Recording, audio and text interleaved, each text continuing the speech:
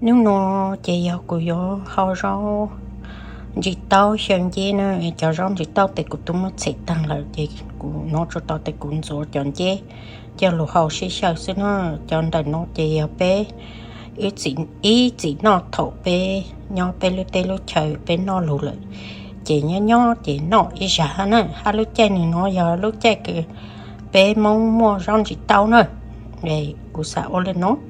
So this is the mushroom soup with squash tip. This is the way our Hmong people eat back in our country. So right now is the right time to eat. So we eat this way because it's season time. The squash tip is ready to eat. So I cook with the mushroom. So this is my cooking. So watch me to prepare my soup. Ta nói yêu của chọn chế vào nó. Here's my oyster mushroom. I'm gonna take some and wash it and cook it.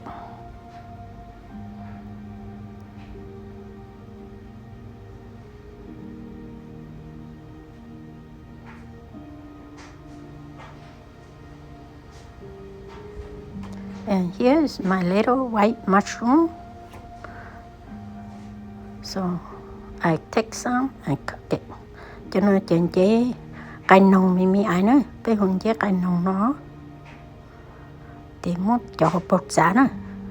I cut off the root of the white shrimp mushroom. Cut the root off and then I clean it and cook it. So I wash it.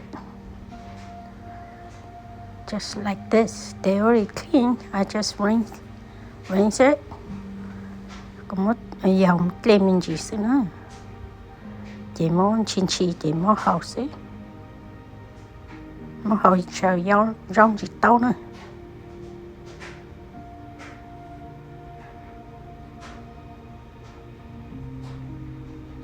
Muốn chín chi lên nó có tích là mình ở trong nó xí nữa. So I just shred it. 2 small pieces, so it's good to eat. And here is some wood ear mushroom. Nó giờ ít chọn dễ mà lì nữa. Dễ mà lì nó thì trong trời yêu lúc dễ ha. Mà dầu yêu thì plăng tê nhũ nữa. I wash it. The wood ear mushroom is good to clean your gas. Anything stuck in your gas, you eat it, it's slimy and you're gonna clean your gas and your stomach.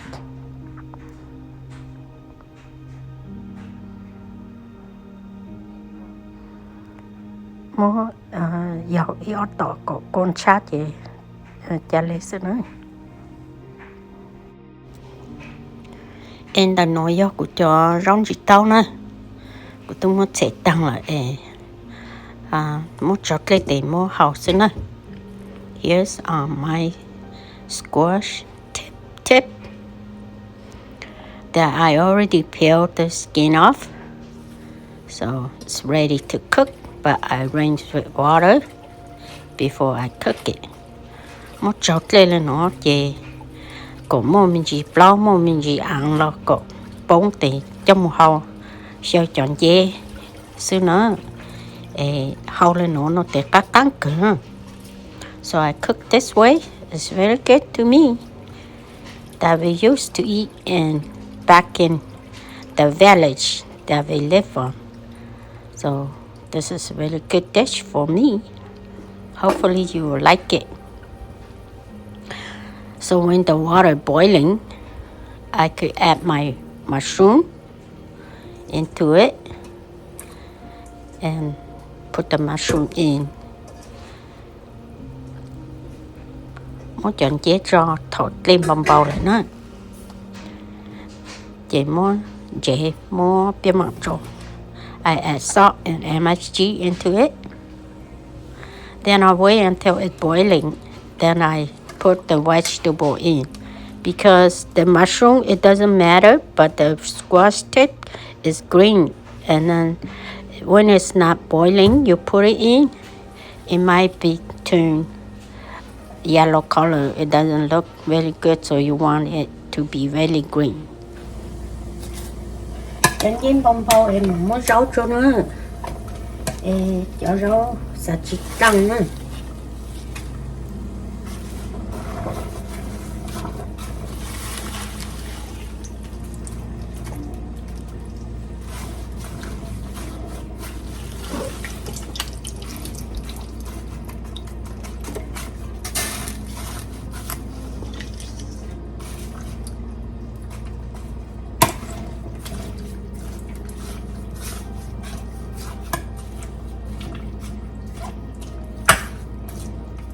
Không chế sẽ rót tiền mua hột gió nhiều cho nó sạch ăn.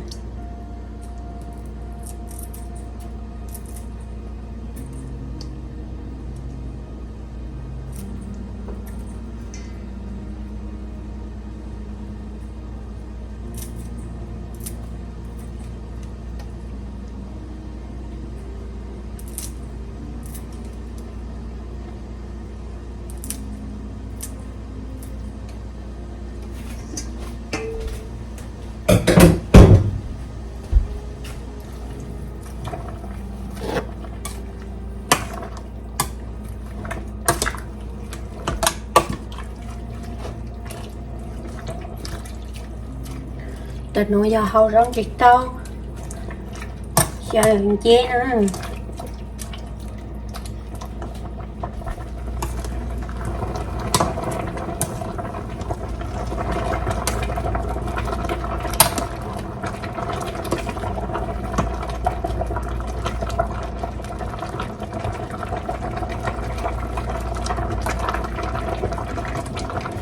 giống mùa là tì rồi lên nó xin á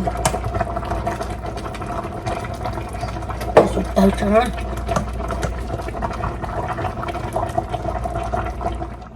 in là nói ở tay rong chỉ tao hậu sơn chế nè thì rong lên nó là xin nó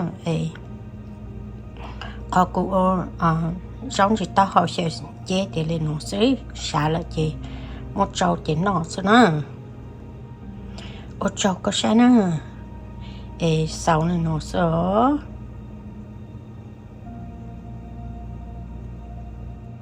Thank you for watching. See you next video. Nó cũng vô bắt cái cha luôn. Hậu bên nó nữa, của hậu tao là nó. Hậu bắt cái cha. Dọn rau chỉ tao luôn hậu. Hậu tao cho chơi rau lên nó thâu mà yêu chỉ ô thì yêu chỉ tao nó ta chỉ nó lúc chơi nó để sợ nhát để chờ đồ cố gắng khẩu từ lò bé chỉ ô lò bé như tao nó lại nó họ nó giờ họ bé tao nó ta chỉ mà yêu chỉ ô em mua yêu xí gì yêu tao lại chẳng để yêu nó lại chẳng sợ bắt cái chat để nó yêu mong lấy bắt cửa chỉ bắt cái mi cá đó,